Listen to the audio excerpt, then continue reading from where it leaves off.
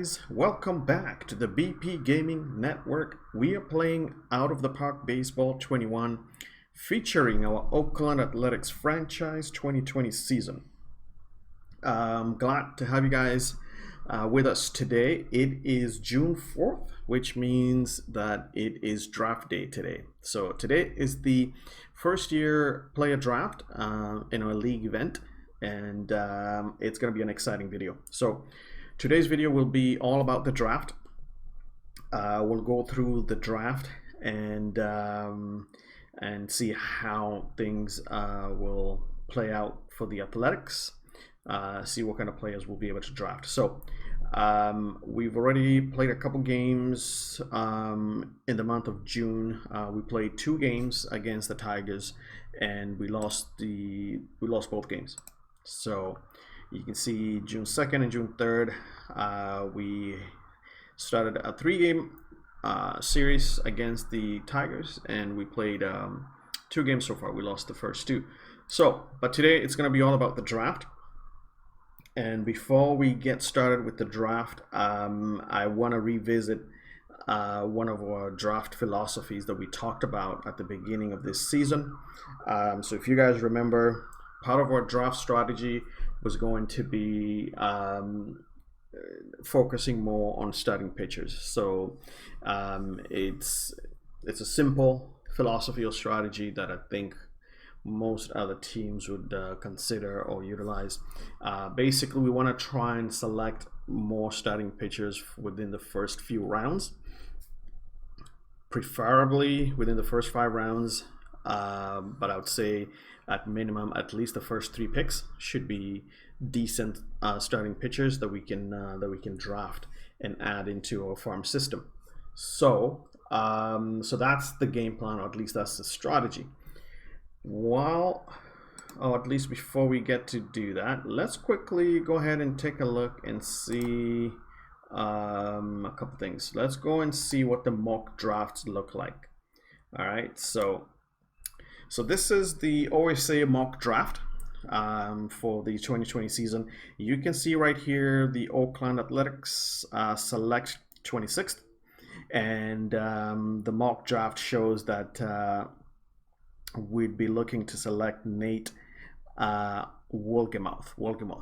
I don't know if I'm pronouncing his name right, but there you have it. So we'll see if we end up selecting Nate. So the last video, we kind of went through a very just a very brief filtering session where we identified a few players, starting pitchers, and added them to our short list. So let's quickly go ahead and take a look at our short list and see. We've grown it since then. We've added a few more players. What am I doing? Let's go to draft short list. So we have, I believe, roughly 22 players here. We've got 1, 2, 3, 4, 5, 6, 7, 8, 9, 10 pitchers that we've highlighted, at least shortlisted. And you can see Nate is actually amongst them. Nate is a player that we probably wouldn't mind drafting. He's part of our draft shortlist.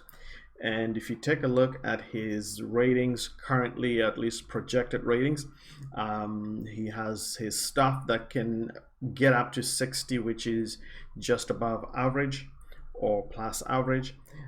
He's got average movement and control. He has a very lively fastball that can get to plus ratings in the future. He has a curveball that can get to just plus average, and he has a changeup that can also get to plus. So, in other words, he's got 3 very decent pitch repertoires. The fastball can get up to about 93 to 95 miles per hour. He is a right-handed pitcher. His caliber at the moment is got him pegged as a 4-pitch arsenal pitcher who throws about the normal 3/4 arm angle. So We don't know, his tendency right now is neutral, so we don't know how he'll develop, whether he'll be a ground ball pitcher or fly ball pitcher or strikeout pitcher, but we'll see how that plays out in the future.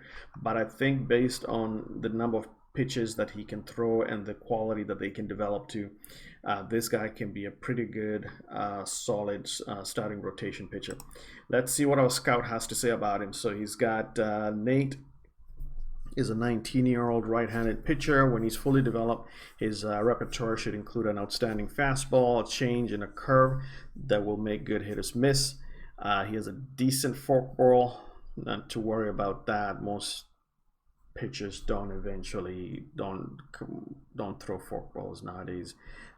He has the raw stuff to succeed when it's combined with average control and giving up an average number of homers. So he has the stuff to become a number 3 or number 4 starter in anybody's rotation. So he's got a pretty decent ceiling as far as our scout thinks. And yeah, we'll see if we end up selecting him. So like I said, we're selecting 26th overall for the first round, and whether he'll still be available, we'll see. So what I normally do, let's do this. Let's go into a reports here. Let's go to the reports homepage, and let's take a look at our positioning strength. So I use this information here to help me understand how the organization currently is positioned as far as quality of players in each position, and then it compares with the quality of players in each position within the farm system, and then gives you an overall ranking compared to other teams. When you combine both the players in our MLB team, and then you combine it with players in our farm system, and you get a rank, and you compare that to other teams. Well, actually, you compare it to other teams, then you get a rank. So let's take a look at, and I'm mostly interested in prospects right now, because we're looking at trying to select young players that will take some time before they show up in the major leagues. So the areas that we are struggling the most are relievers. This is depth-wise, right? So this is not the MLB team. This is the farm system, so our minor league system. We don't have enough depth when it comes to relievers. We don't have enough depth when it comes to starting pitchers. We don't have enough depth when it comes to left field and center field. And also, we don't have the best rating or depth when it comes to first base. Okay, so those are the worst positions within our organization if you look at our entire minor league system. Again, this only takes into account players that are 25 years old and younger.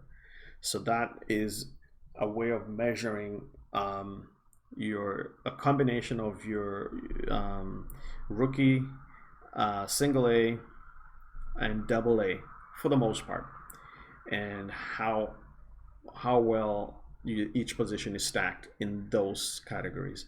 Some of the players that we have in our AAA team are either 25 and above. Some are younger than 25, but the vast majority are a little bit over 25.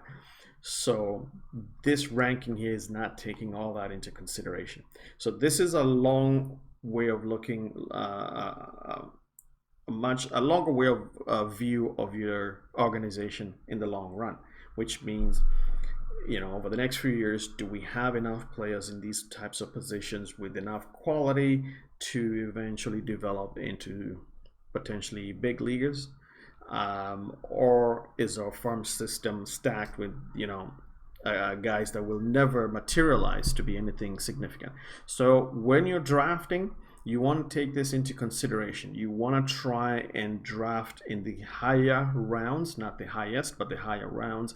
You want to try and fill in some of these gaps in the areas where you have the weakest ranking. For example, starting pitching, relief pitchers. So if we continue to select decent starting pitchers in the earlier rounds, then we're filling our minor league system with quality that hopefully will improve our rank and position at that position over, let's say, or at least within the next about 4 to 5 years.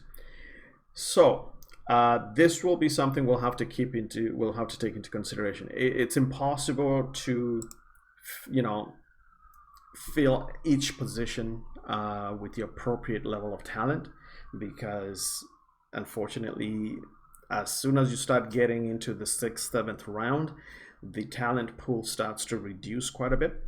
And so you just try to get the best you can for each position. But the idea is where you're weak, you add a few more players of some level of decent quality to try and fill in your farm system. All right, hope that makes sense. We'll keep that in mind as we go through the draft. And let's go back and take another look at our draft shortlist and go through some of these players. So we've got pitchers, guys like Andrew Abbott, Mick Abel, Nick Bitso, Slade Cecchoni, Garrett Crochet, Emerson Hancock, Asa Lacey, Luke Little, Tommy Mace, and Nate Wolgemuth. Now, I would be happy if I'm able to draft 1 or 2 of these players. If you watched our last video, you'll notice part of my strategy was trying to focus not just on guys that have high potential, but also guys that have the ability to be signed by the team.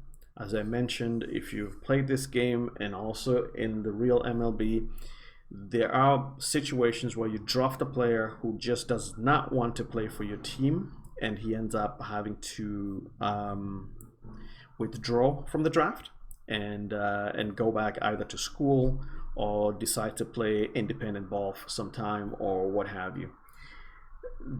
Most of them usually will be guys who are in high school or guys who are either sophomores in college, or even juniors who will say, you know what, I will go back to college and play another year, and then I'll try out for the draft next year or in a couple of years or so and so.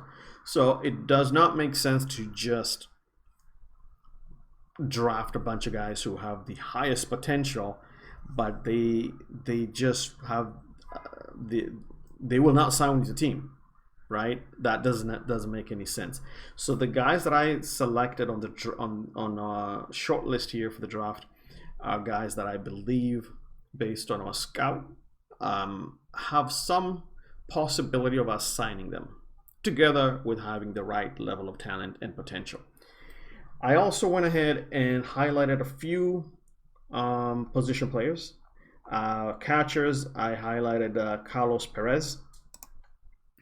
And the reason for that is his catcher arm is potentially could be a pretty decent strong arm for a catcher in the future. He's 18 years old, out of Florida Christian High School.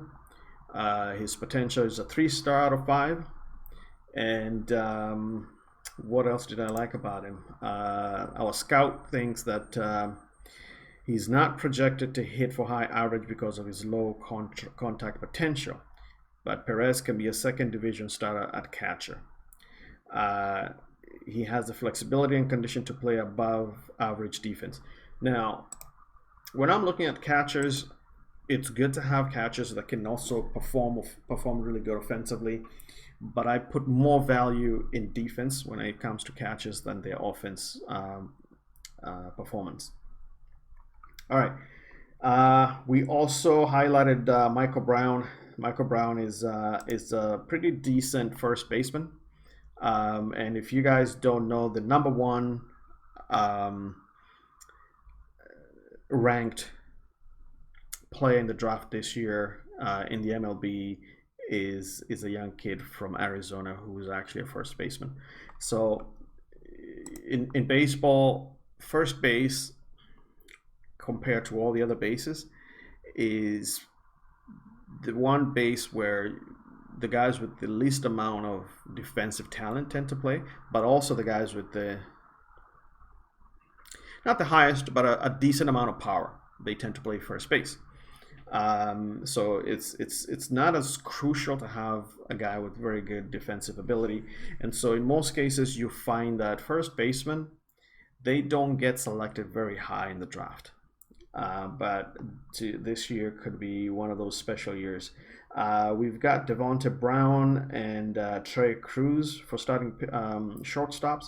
We've highlighted those two, as well as Aaron Nixon. I also highlighted a few outfielders because if you guys noticed in our ranking for our depth for our minor league system, our outfield positions are weak because for left field we are ranked 26th, and for center field we are ranked 22nd, and for right field we're ranked 18th. So out of 30, that tells you that that type of ranking means that we need to boost our outfielders in the minor leagues. We have some decent infielders.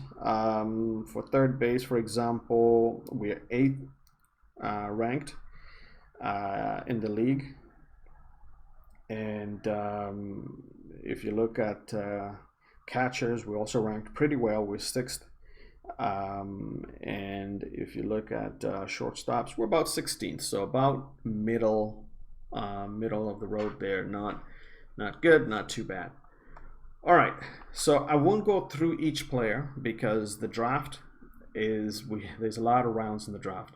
And I just quickly wanted to show you guys that I did go through the draft pool and identified a few guys from each position that I thought we should potentially draft if they're still available. So doesn't mean any of these guys will be available by the time we get to the draft.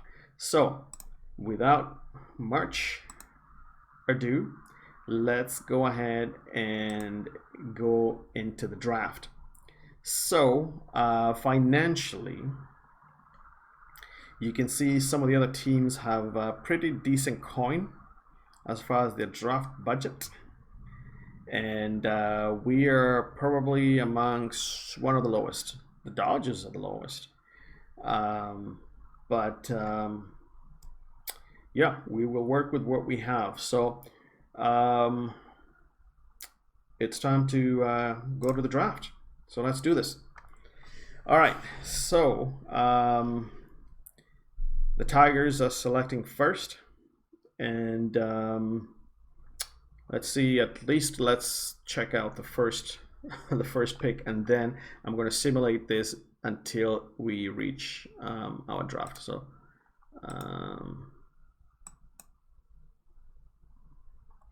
all right, so let's see the draft log. Okay, so first round pick, which went to the Tigers, they selected Austin Martin. Now, Austin Martin is a shortstop, is a top 10 ranked draft prospect. And I mean, this is not it's not a bad draft for the Tigers. They have their reasons. Emerson Hancock is gone. We had him on our draft shortlist. Third pick by the Marlins. Hancock went to the Orioles. The Marlins selected Spencer Torkelson for their first round pick. Nick Gonzalez, second baseman, went to the Royals. In fifth spot, the Blue Jays selected Asa Lacy. Asa Lacy was part of our our draft shortlist. Garrett Mitchell, center fielder, was selected by the Mariners. The Pirates selected Ed Howard, the shortstop. With the eighth pick, the Padres went for third baseman Jordan Walker. With the ninth pick, the Rockies selected Zach Veen, a right fielder out of high school. The Angels, with the 10th pick, selected Robert Hassel, the third. Robert Hassel, we had him highlighted as a potential draft in our shortlist. The White Sox with the 11th pick went with catcher Patrick Bailey.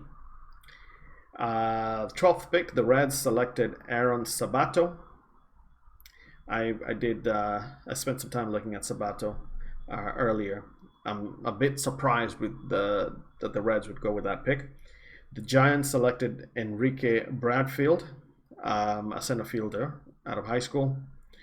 The Rangers went with Pete Crow Armstrong, center fielder out of high school. Pete Crow Armstrong is a top 100 draft prospect on the MLB standings. Phillies went with Jordan Nwogu, a right fielder. The Cubs selected a catcher, Drew Romo. The Red Sox selected Tommy Mace. Tommy Mace was part of our draft shortlist, starting pitcher. Arizona Diamondbacks went with Matthew Nelson, catcher. The Mets selected Tyler Soderstrom, a catcher. The Brewers went for an outfielder, Dylan Cruz. The Cardinals selected Tim Tower, a center fielder out of college from Stanford. The Nats went with Freddie Zamora, shortstop out of Miami. The Indians selected Nick Bitso, and if you guys recall, Bitso was part of our draft shortlist. The Rays went with Michael Brown, and the Rays selected Brady Smith, the catcher. So I have a very good feeling here that we'll be able to select a decent starting pitcher from this draft. I did not see a lot of starting pitchers selected. So let's see what our scout recommends. I like to do this. I can override it. I don't need to go with it. So our scout, for whatever reason, thinks that we should go with Carlos Perez, the catcher out of Florida.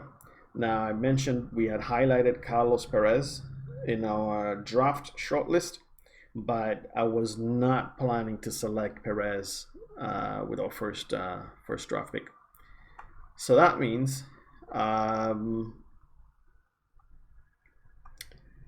will go ahead and hit the draft pool and go to our shortlist. If there's a way to, let's see, where is our draft shortlist?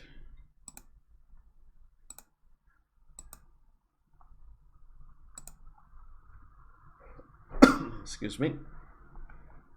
All right, so we can see actually the guys that are capitalized, all the players that we have on our short list.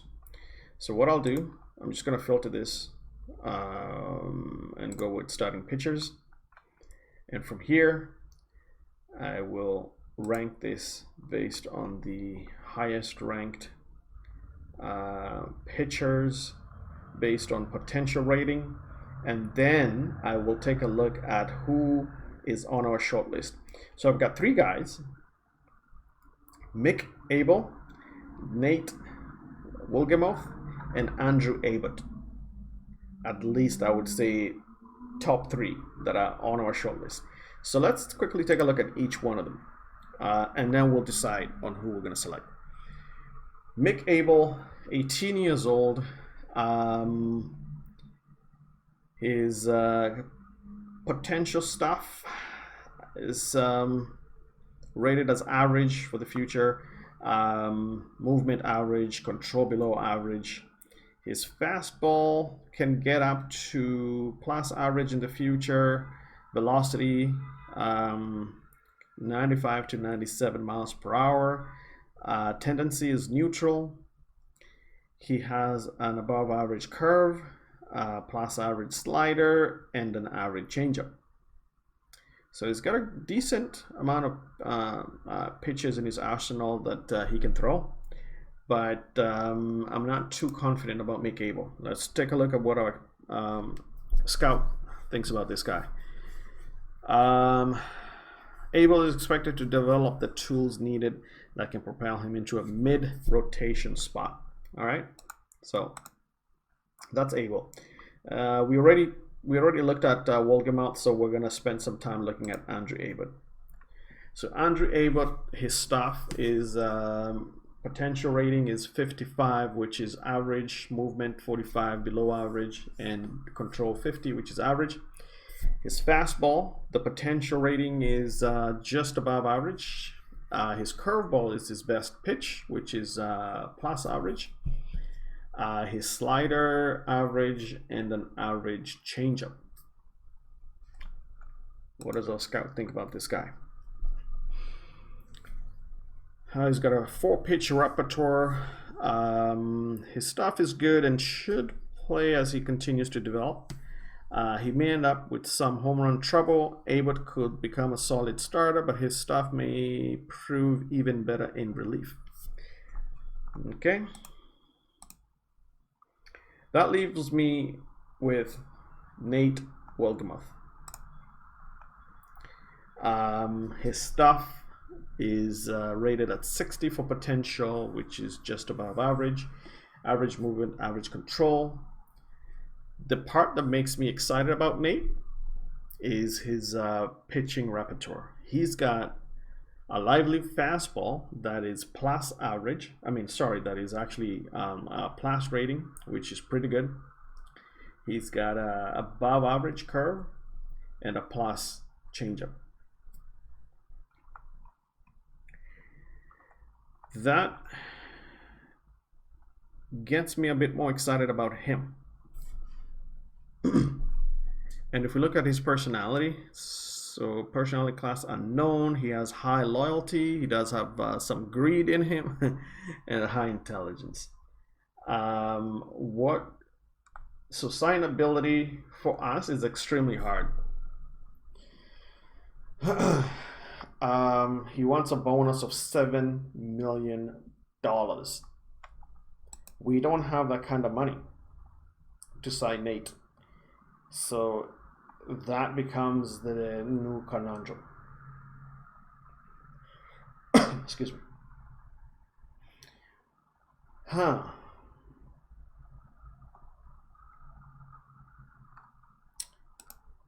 Let's take a look at Mick Abel again.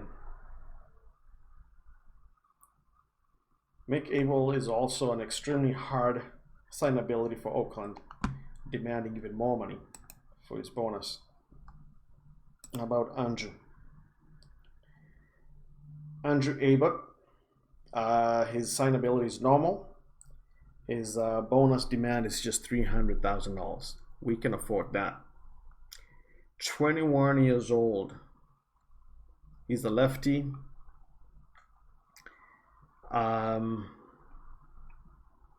Decent fastball rating at 60, which is above average. He's got a plus average curve and an average slider and an average change. He's a 2.5 star, not a 3 star, as I would have hoped. Let's see what our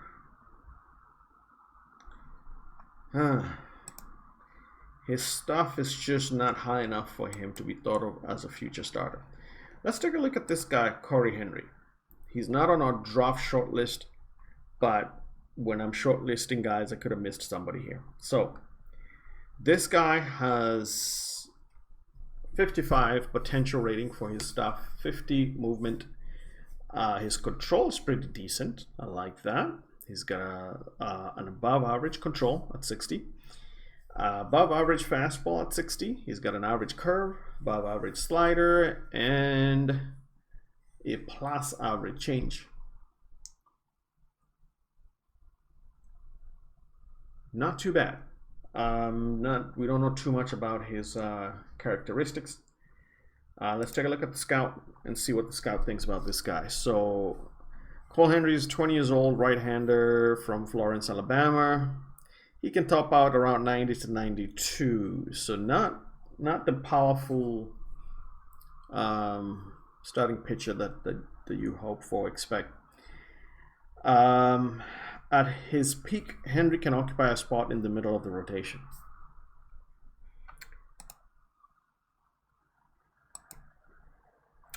I forgot to look at his signability.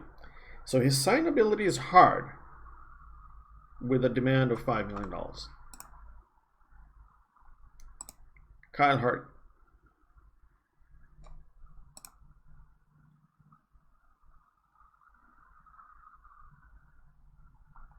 All right, why does our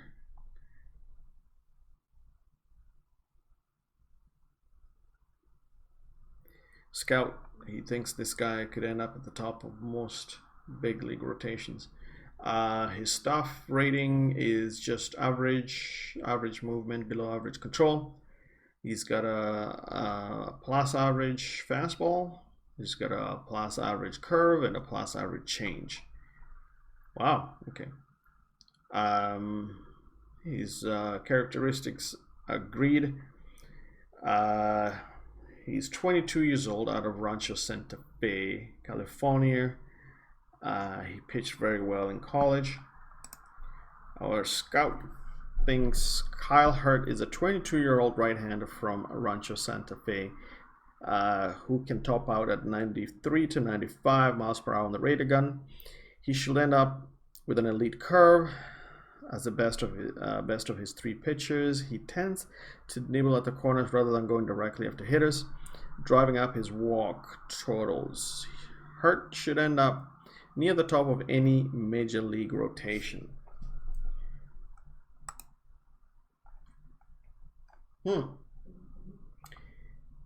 His signability is hard.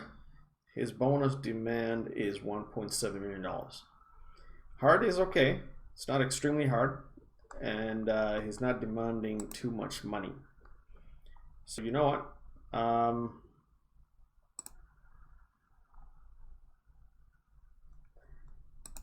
think we're gonna make a decision here. So the guys that I had listed on my short list are currently demanding a lot of money. Some of them are a bit difficult to sign. Kyle Hurt, my scout seems to think highly of him. His stuff is not the greatest, but it is average and it could develop. So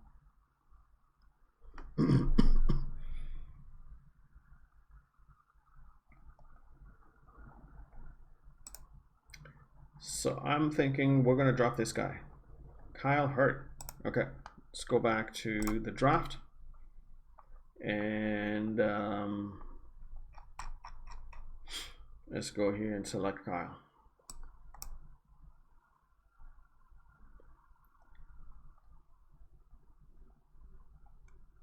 Kyle Hurt, I'm gonna meet your demand, and we've drafted him. So guys, we made our first draft. You know, this is how it goes. I mean, the weighing and dealing is part of the game, and it is what it is. So let's go to our second round. All right, we still have a couple guys here that we can consider as far as starting pitchers. So at minimum, my first three picks are going to be starting pitchers, and the most highly rated starting pitchers available. So Cole Henry, we looked at this guy the last time, and he was demanding $5 million. Max Rajic. Let's take a look at him. His stuff rating is 50, which is average movement, just above average control, average fastball, plus average curve, and an average changeup. He's neutral as far as his tendency. He's a 3-star out of 5, 18-year-old out of California.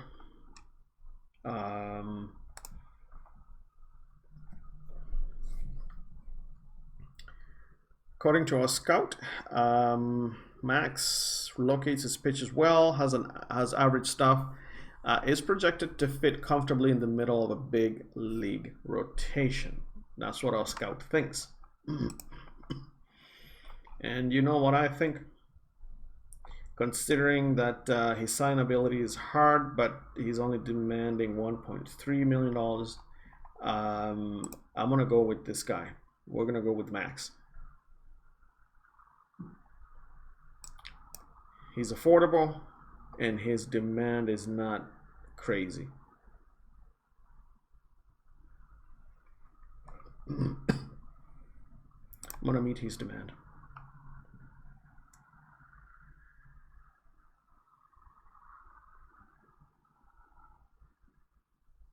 Okay, third round. Andrew Abbott is still around.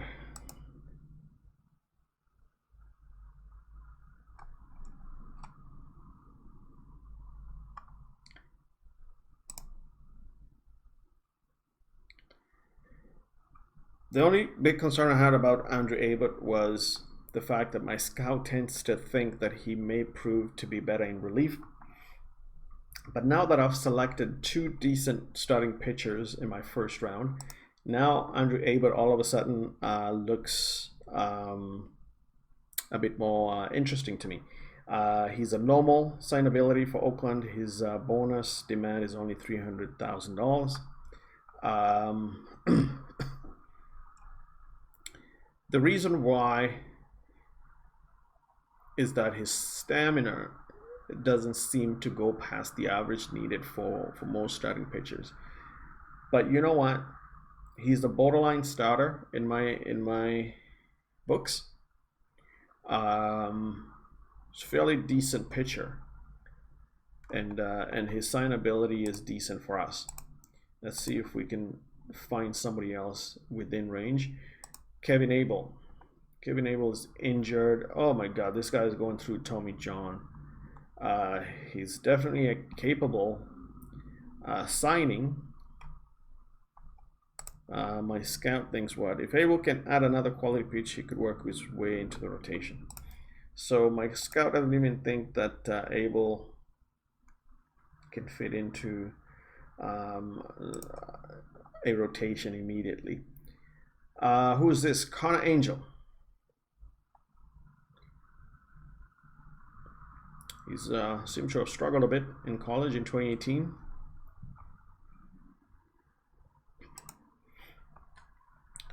My scout thinks what? His ability to keep the ball in the park is expected to perform as he matures. Angel has confidence in his repertoire and shows the most potential to be a number 4 or number 5 starter. His signability is normal. He's only asking for $180,000. His stuff is average at 50 rating. His movement is average, control average. His best pitch is a changeup, which is a plus average change. Next best pitch is a slider, and then he has a sinker, which is an average sinker. Velocity can get between 92 and 94. He's a ground ball pitcher because of that sinker that he's got.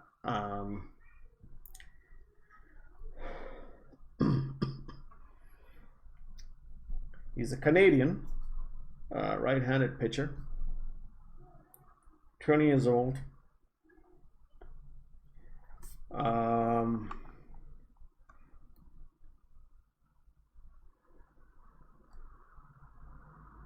Doesn't get a lot of strikeouts, but enough to be average. Still developing. Okay, let's keep him on the sidelines there with what we think about him. Who else do we have? So the only person that we had shortlisted here is Andrew Abbott. And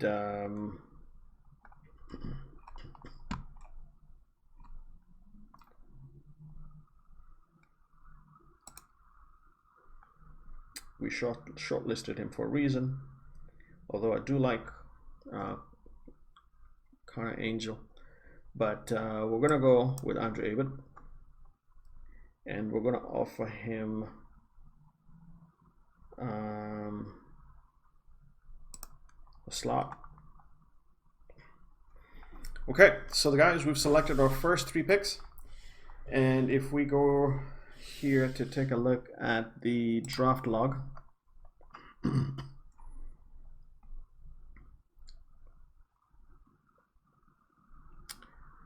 So 26th pick was Oakland, and we went with Kyle Hart. In our second pick, we went with Max Rajic. And with our third pick, we selected Andrew Abbott. So I'm feeling okay. I'm not ecstatic with those picks, but I'm actually okay and happy with those picks. So now we'll start looking at, so what I do as we go forward now is there's a lot of rounds left. This is our 4th round out of 35 rounds. I'm not going to keep you guys here watching each round as we go through each round. What we'll do is we'll select the next few, or we'll go ahead and complete the draft, and then we will go through at least maybe our top 10 picks, or maybe even top 5, but let's say top 10 with you guys once we've done the selections. But the strategy that I'm going to utilize, as I mentioned at the beginning of the video, is 2 parts. We've fulfilled our philosophy by selecting starting pitchers for the first 3 picks, which is the first highest picks. We could possibly go for another pitcher, and in fact I'm thinking I might do that. It sounds crazy, but why not? So we don't have a lot of room left for bonuses. As you can see, our budget was 4.9. We've so far have about 4.5 that we've given out to, or at least that we've promised to 3 players. And then we've got another player so that we offered, I think it was $300,000. So our current total is about 4.910, and we have 4.991, which means we've got $81,000 left in our budget room. So that means every other player that we now select will have to consider that we cannot afford to possibly pay them now. It doesn't mean you can't select the player, because it doesn't mean you're going to sign all these guys. Some of these guys might refuse to sign with us, and that money comes back into the budget. But bottom line is we have to be budget conscious going forward with our selections. So it may be guys who are not necessarily at the top of this list, but we'll keep that in mind. We're sticking to our draft philosophy that we indicated at the start of the season. We're also going to consider the positioning strength now of the team to see to fill in gaps, especially in our outfield in the minor leagues. We need lefties, we need center fielders. We also, I would probably say, we also need more starting pitchers and more relievers. Obviously, we're going to select a lot of pitchers. That wasn't the end of pitchers, but we're not going to just focus on starting pitchers now. We'll consider guys that can actually be closers, and so on and so on. Catching wise, we're sort of decent, but we might want to select, of course we will, but we may want to select a few more catches. Now if you look over here, it shows you the players in your organization. So we currently have 280 players.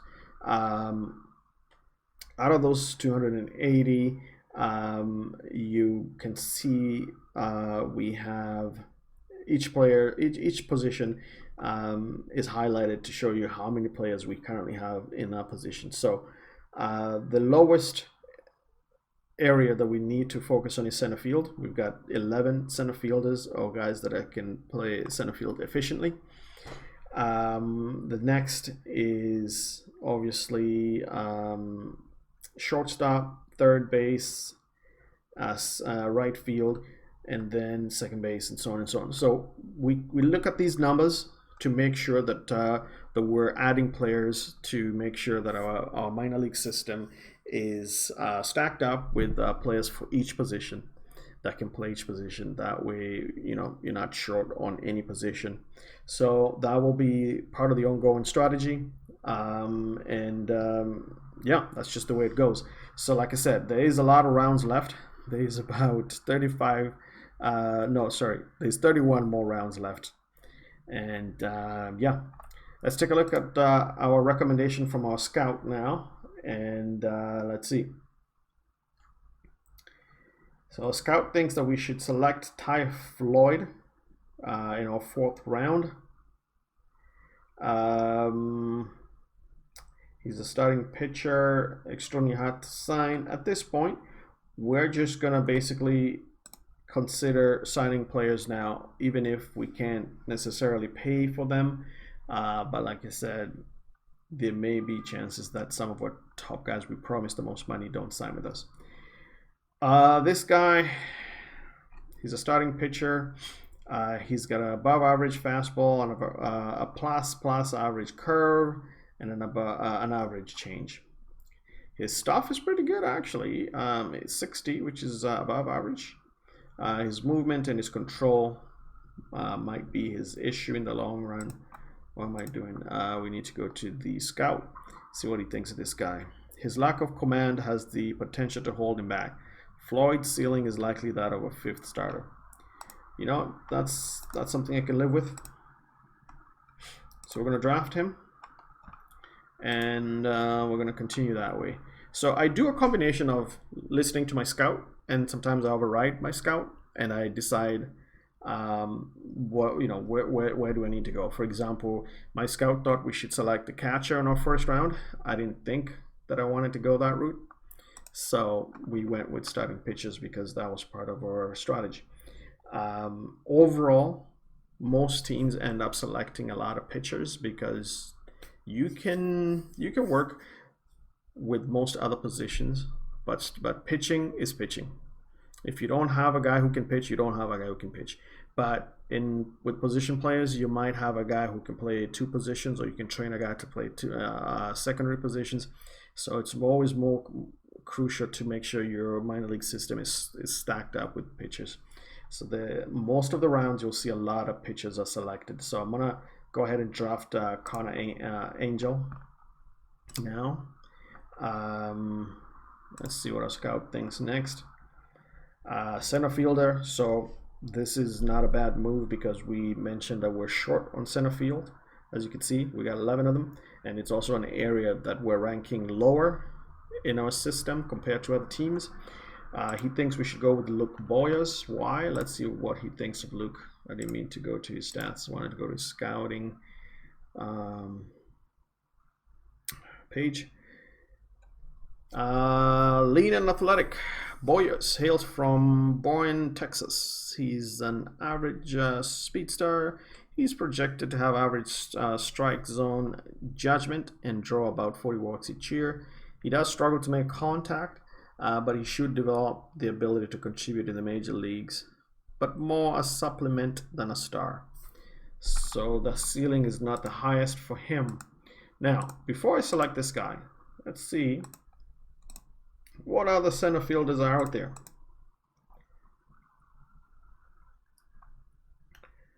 We got Robbie Ashford.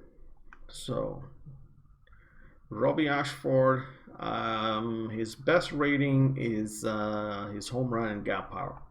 So if you guys remember, part of our philosophy when it comes to trades and other and signing free agents, for position players, for the Athletics, part of our strategy is to look for power. So that's something I always look for. You know, it's not that we just need a bunch of guys that can hit home runs. It's not that. I just tend to think if we have enough people with enough power, whether it's gap or home run power, it increases our odds of trying to get runs in most crucial games. So let's take a look at this guy. What does my scout think about him? Once fully develops, he should have enough. Be an above average power hitter. He's quick on the base paths. He struggles to make contact. He will compete for a bench role in the organization. So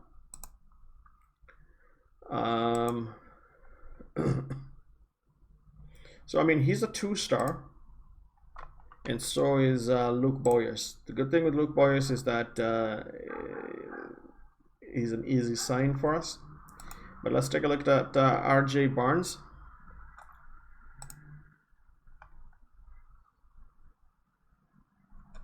Okay, so just by looking at the first few guys, I can see that Luke is not a bad pick, so I'm going to draft Luke. Let's go to the next round. What does our scout think? He thinks we should go with another starting pitcher out of high school, Dylan Askew. He's a very easy sign for us. He has a above average fastball, plus average curve, and a plus average change. His stuff is rated as average in the future. Movement below average and average control. He's a 2.5 star. His pitcher rating is 80. So no brainer, very easy sign for us. Absolutely. So where are we now? We have thus far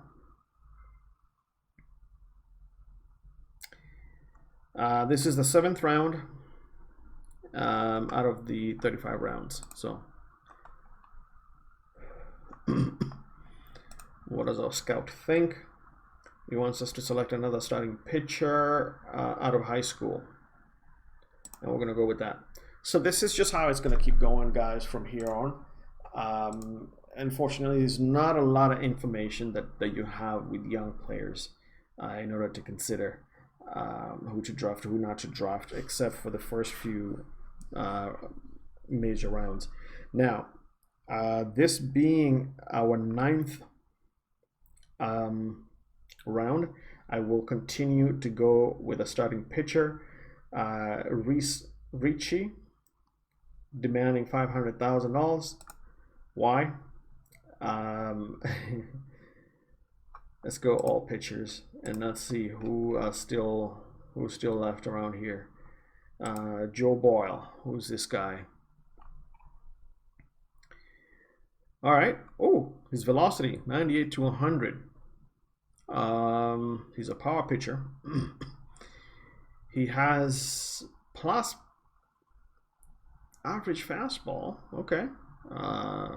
Average, above average curve, and not the best changeup. So this is a reliever, but this is a reliever that could be a closer, in my opinion, because of his stuff and because of that fastball. So we're gonna go with Joe Boyle. He's a normal signability for us. So I'm gonna override my scout here, and I'm gonna go with Joe Boyle. All right, guys. So we've now selected in 10 rounds, or at least this is the 10th round, and I'm gonna start now. After this 10th round, I'm gonna start looking at a combination. Of course, we'll continue to select starting pitchers or pitchers in general, but we're going to start mixing it up very soon and start selecting some position players. But while we're still here, let's take a look at Duke Brotherton. So Duke has a decent fastball rating, decent curveball, and a decent changeup, average stuff. Stamina is borderline starter. I don't know why they got him strictly bullpen, but don't focus on that right now. Nobody knows his personality, so we never scouted this guy. He's slot, hard to, signability is hard. Let's take a look at Tyler Chadwick. Okay. Tyler Chadwick could be a potential 7th, 8th inning setup guy. He's got a plus fastball, above average curve, and an average change, just average stuff. Stamina, starter level stamina. My scout thinks about him. He has great raw stuff, okay. Although his command is still coming around with some seasoning, Chadwick has the makings of a 5th starter. Oh yeah, we're gonna go with Chadwick. Okay, no, maybe not. He's an extremely hard signability, so we might struggle with him. Let's go with Reed Ditna. Let's see. Okay, he's got a 60 rating for fastball, 70 rating, which is a plus, rating for curve and an average change. Borderline starter. His stuff is just average, nothing special. He's a normal signability. My scout thinks what? Like a bland diet rather than a spicy plate. Didna projects to be a solid starter at the back end of the rotation. Sometimes bland is all you need. So I'm gonna go with Didna. Draft this guy.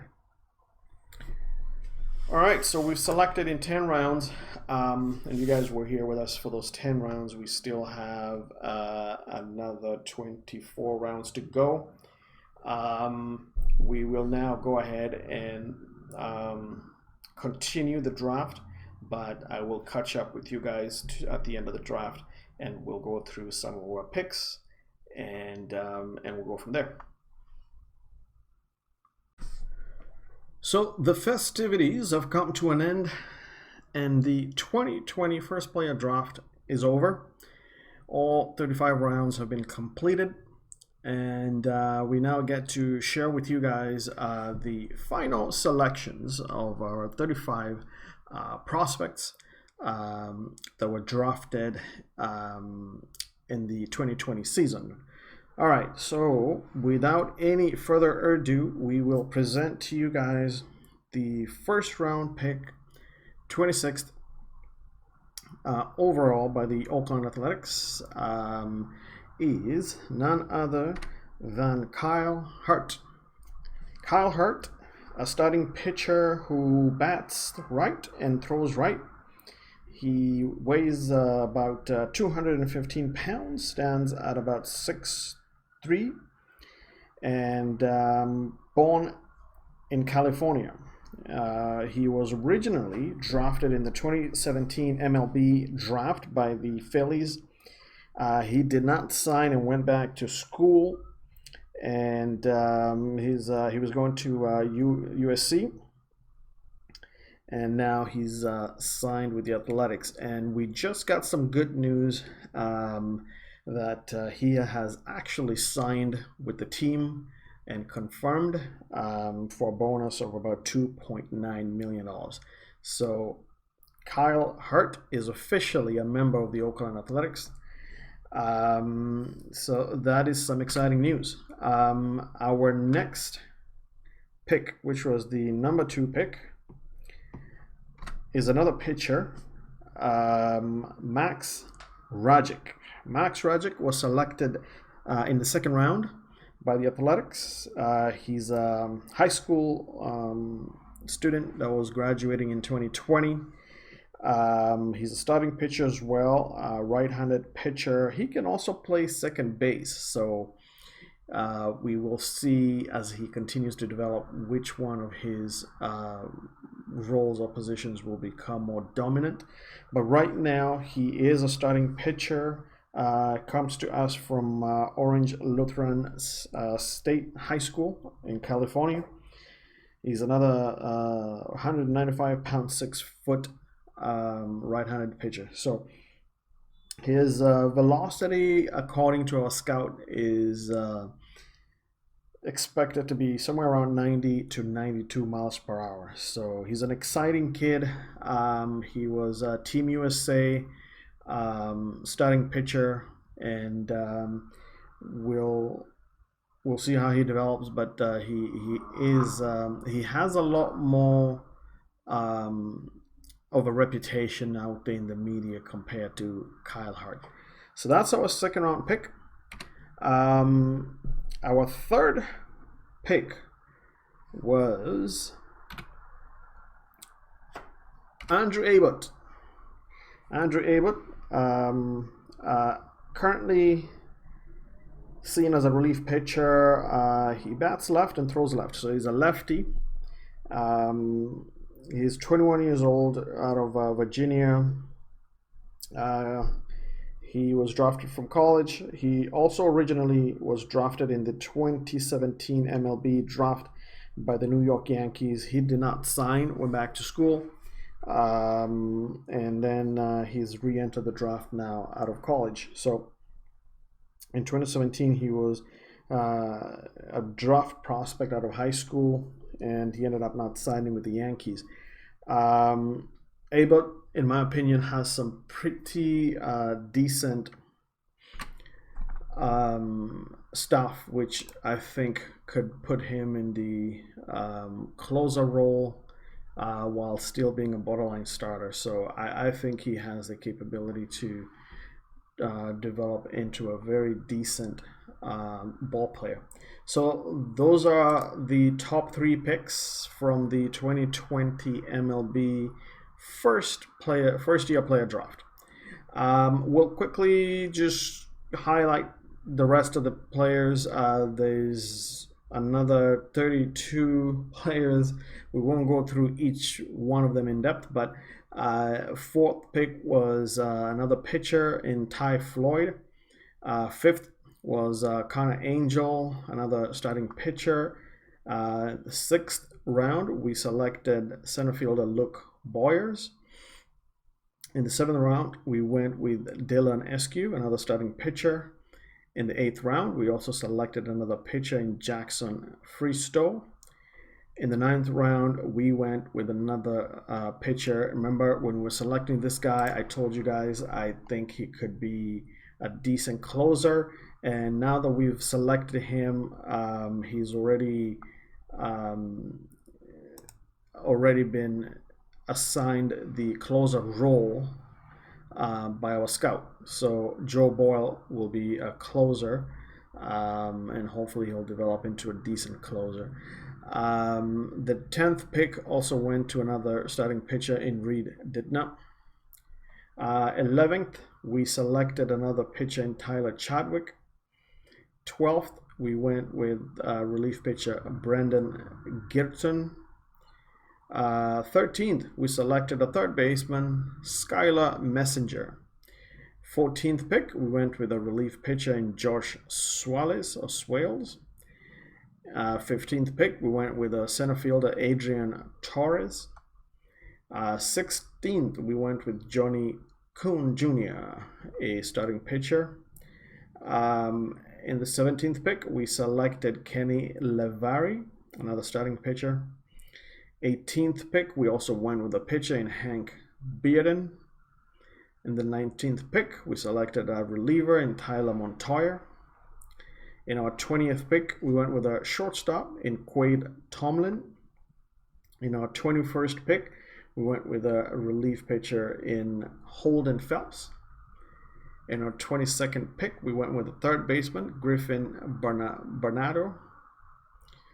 Our 23rd pick went to an outfielder, Kep Brown. 24th pick also was another outfielder in Kyle Jacobson. And in our 25th pick, another outfielder, Jack Thomas.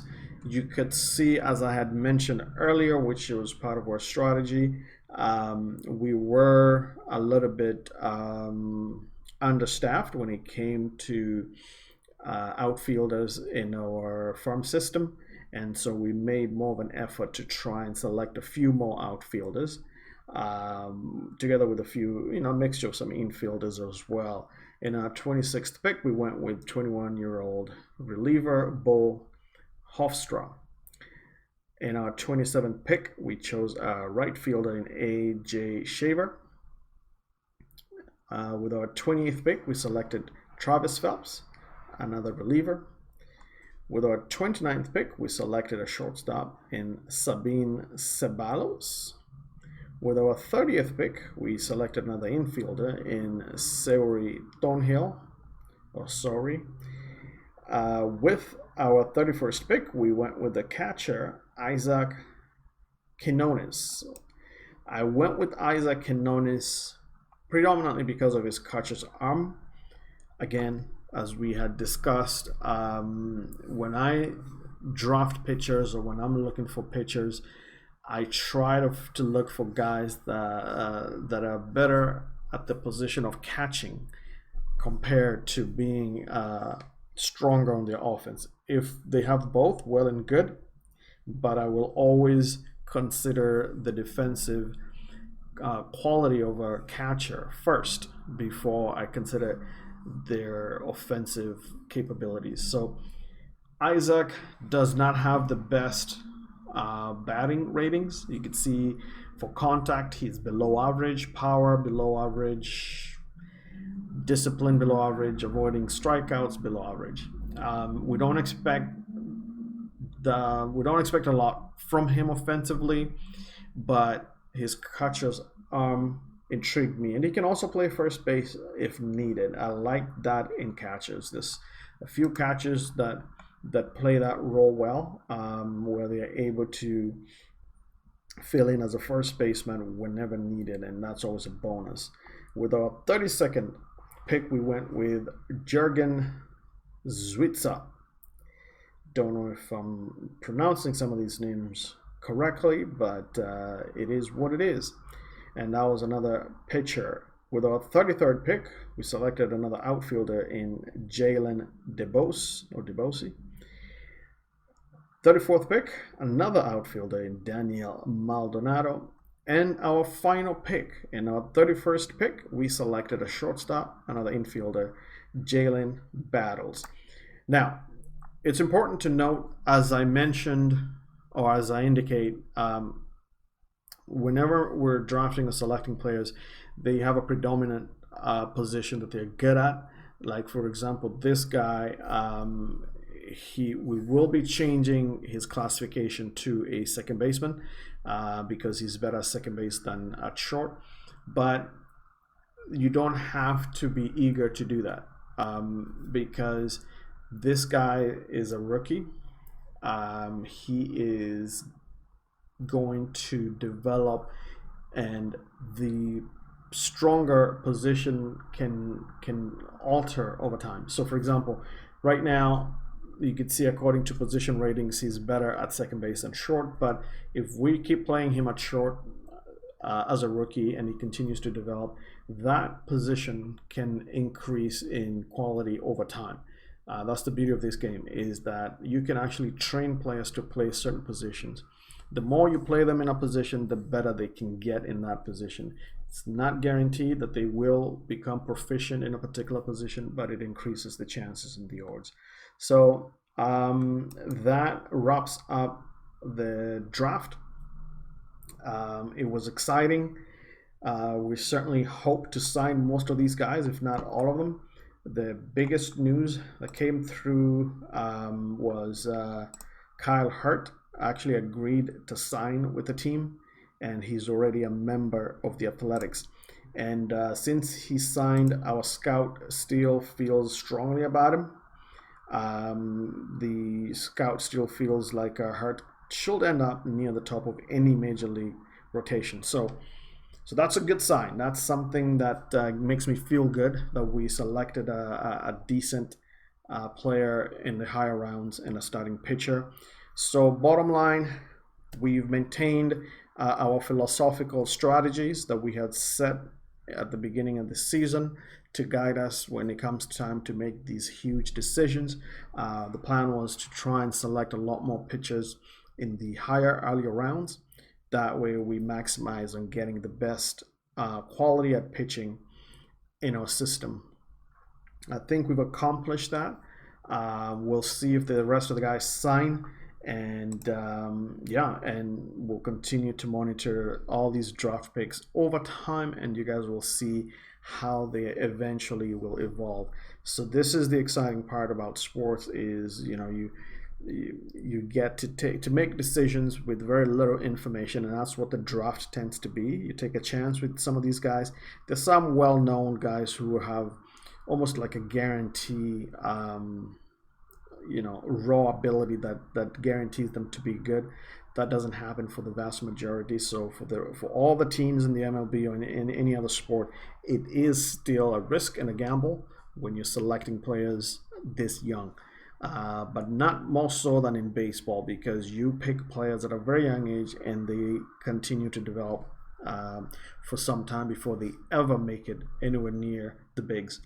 So that's the end of our draft video.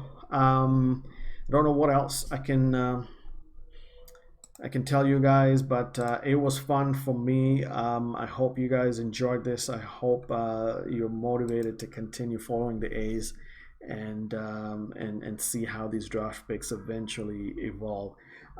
With that said, we'll bring this video to a close. And if you enjoyed the video, hit the like button. If you have comments, opinions, suggestions, please feel free.